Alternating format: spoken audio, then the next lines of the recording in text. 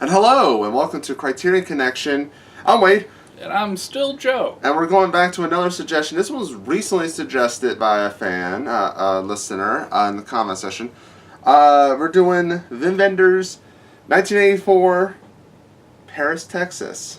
Yeah. Starring Harry Dean Stanton. I think the screenplay is written by Sam Shepard. Sort of. Sort of. He wrote the the play adaptation. He's a big playwright. Yeah. Somebody else adapted it. But Yeah. he still gets credit. It's two writers. I forgot the other writer's name. I think it's like Lynette or something. Yeah, so this is a movie basically about a man trying to bring his family back together, pretty much. Sort of. It's a road movie. Wim Wenders actually, much earlier in his career, put out the Road trilogy, where he did 3 road movies. So, obviously he has experience with the kind of style of movie he wants to make. Interestingly enough, this is not an American movie. No. It is a West German and French movie shot in America with American people. Yeah, they funded it, so... Yeah, so... And that's not surprising when you know it's Wim Wenders. Yes. Before he really came to America and was shooting a lot of American stuff. But he was worried about this movie because there's so much Americana in it. Oh, yes. And it's a European movie. It's so much Americana, so it's very obvious that I feel like the color scheme is very America. There's a lot of reds. There's the blue sky with the white clouds. Well, the big thing is, like, some people call it a road movie, some people call it a Western. And the big deal with the Western is the desert, and it's got a very old school, like, Searchers, almost looks like Monument Valley sometimes. And we start the movie with him wandering through it. Yeah.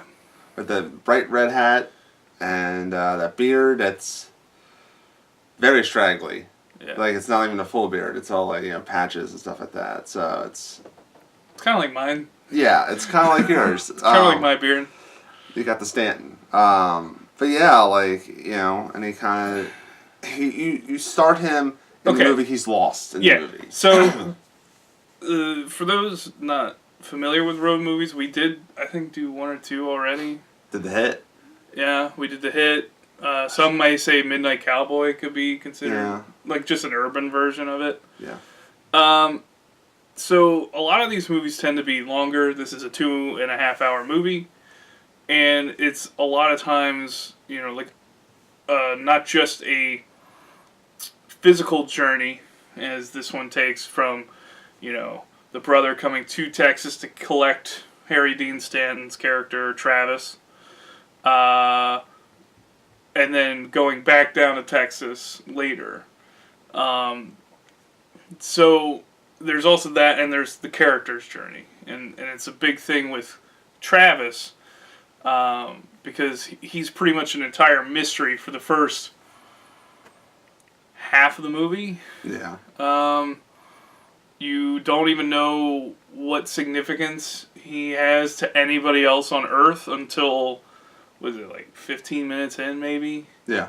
Because he's wandering through the desert, runs out of water, he just keeps walking, and, he's suffering from exposure, pretty much collapses in a bar, and then gets revived, doesn't speak. So he's mute for the first half of the movie, pretty much. Yeah. It's like an amnesia movie, and then it just turns into... Right. And then it turns into a family movie. Yeah, his character suffers from amnesia. So he's just kind of going on instinct, just wandering around. He doesn't trust most people, although he does see his brother pretty early on and mostly trusts him, it seems. But he does a lot of great acting without saying anything. Yeah, it's like he looks like you could trust, but there's a wall with him with every single person he interacts with. There's a wall, a disconnect between the characters. Yeah, so if anybody was wondering why Harry Dean Stanton's so beloved, watch this movie. Yes, because he's fantastic in it. Yeah, it's like kind of like a vagabond amnesia movie, and then turns into The Plot of Dutch. Yeah, actually, it actually does. Slightly less funny. But yeah, so the plot of the movie, to sum it up real quick, we figure out who Travis is and basically get him reacclimated because he's been missing for 4 years. And then after that, there's a 4 years. Is that a long time? Yeah, is that a long time? Half the boy's life. Yeah. So he's been missing for 4 years, and his brother and his wife had Travis's son pretty much dumped on him, and they took care of him, and they pretty much adopted him. And there's a point where you finally break through the barrier between him and his son, him and some of his memories, and with the home movie scene. Yeah. And from that point, Travis decides to try and find his wife, who is still alive, that they find out. Because she had also been missing for 4 years. Yeah. Pretty much disappeared. And it's not until the last scene you really have all the pieces put back together. Or at least one of the last scenes. Yeah. And it's a really great story. It's got a bitter end. Bittersweet. It's bittersweet. Because it's not like she's dead or anything. Like, she's still alive, and they do find her. Yeah. But things don't happen because you're along this ride for 2 hours at this point, and you really start to care for Travis and all of these characters, and you want the best possible ending. And you don't really get the best possible ending. You get the most realistic ending. But how do I put this? It's not the most, like... It's a very adult ending. Utopic, Hollywood, happily ever after ending. But in the certain situation we're in, it is the best possible ending. When you think about it. When you think about the characters and what had happened. Yeah. Between all of them. But yeah. One thing I want to point out, that kid... Yes. That kid was great. Mm-hmm. I don't know who that kid is. I don't remember his name. I don't know if he's acting now. I don't know if he acted after this, but he was so good. And like the character is like super smart. Yeah. And stuff. And I was like, whoa, this kid. Yeah. This kid. Yeah. Everything in this movie just works. The soundtrack is. The score is great. It's very. They don't overdo it. That's what I like about it. Yeah. They don't. It's very like Repo Man. They don't Suspiria this. It's like Repo Man. Yeah, it's like where it just kind of kicks in the right moments. Yeah. There's no popular music in it. It's just all kind of very Western derivative. Melodies. There's just it kicks in at right moments. There's just so many things like the cinematography's great on this. Mm-hmm.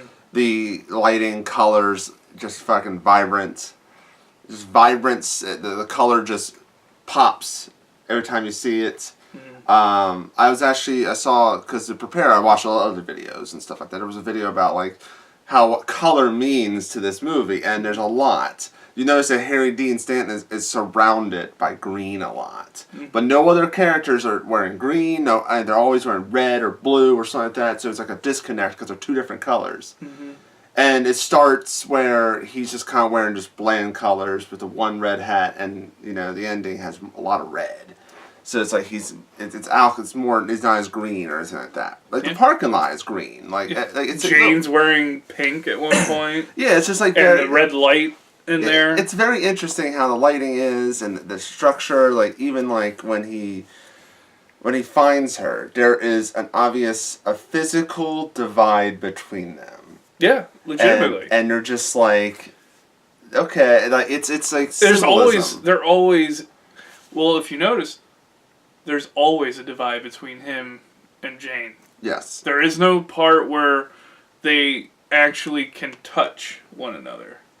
They can't hug one another, and I think that's a really interesting like that is a purposeful manifestation in the movie based on what had happened in the past with these characters. And they explain there's always going to be a divide, even though they love each other so much. They love each other, but there's their relationship Whether is just it's not syncing ever. him watching the home movies, whether it's behind that glass, or in the reuniting scene. Yes. Which, sorry if we're spoiling with hints, but it's a really beautiful movie. It's very beautiful. Yeah, Harry Dean, who sadly we lost this year.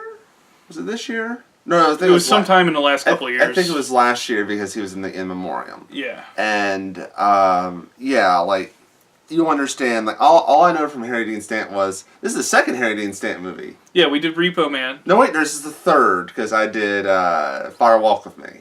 Oh, okay. He said Fire Walk with Me. I haven't watched it yet. Wade didn't want me to watch it. Well, because I haven't finished the show. Yeah, and the Fire Walk with Me is a big spoiler on the fucking show. Yeah, so you see him that he's in Repo Man, and this one is a more emotional,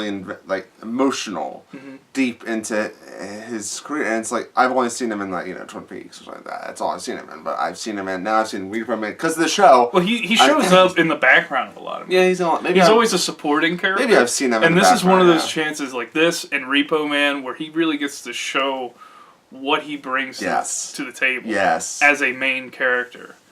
As a huge, important character and a protagonist in the film. Yes. And you just see, like, man, like, he had it. And I've had experience with Sam Shepard plays before, and this kind of has that, you have the two brothers who are kind of disconnected but still love each other, and it's always, like, flawed people. It's a well-written movie as well. The adaptation turned out really, really well. If there's any detriment to the movie, it is a little long. The first half. It doesn't. The first half is kind of like I feel like if you cut anything, it's out of the first half. Then the stuff with him and Hunter, that's great. Don't cut a thing of that. But I think the Vagabond could have been cut down a little bit. Yeah, but it doesn't feel like it drags, really. No, that's what I'm saying. If I could find a flaw, I'd say it could be cut down in that first half. When we bring up doesn't need to be. Like, it's just 2 hours and 25 minutes or something like that. But honestly, it doesn't feel that. But it doesn't feel like it. You're watching it, and you're just kind of on board. Like, once you get through some of that rough patch in the beginning, like, I remember we're at the end, and he finds Jane. Yes. And you're like, there's still 43 minutes left. Like, what else can there be? Just credits. And it's just, and the credits don't show up till 2 minutes. I know. Before the end. I know. Like, it's amazing. God. But it really works. It's a really great movie. Doesn't feel that long. This is my first Wim Wenders movie, so... well, I've seen a remake of a Wim Wenders movie. What was the movie? I watched City of Angels, which is a remake of Wings of Desire. Oh. It's got Nick Cage in it. The remake has Nick Cage in it. Oh, jeez. The original has Peter Falk, I believe. Oh, jeez. Which that would make our second Peter Falk movie. Yeah. It's on the Criterion Collection, so if you want us to do Wings of Desire, you can always request it. Buy, rent, or skip? Definite buy. Yeah. It's such a great movie. Mm-hmm. And I don't think, like, unless you bring it up, like, nobody knows it's not an American movie. Yeah. It's fantastic. It feels very American. Yeah, and it's just so well done.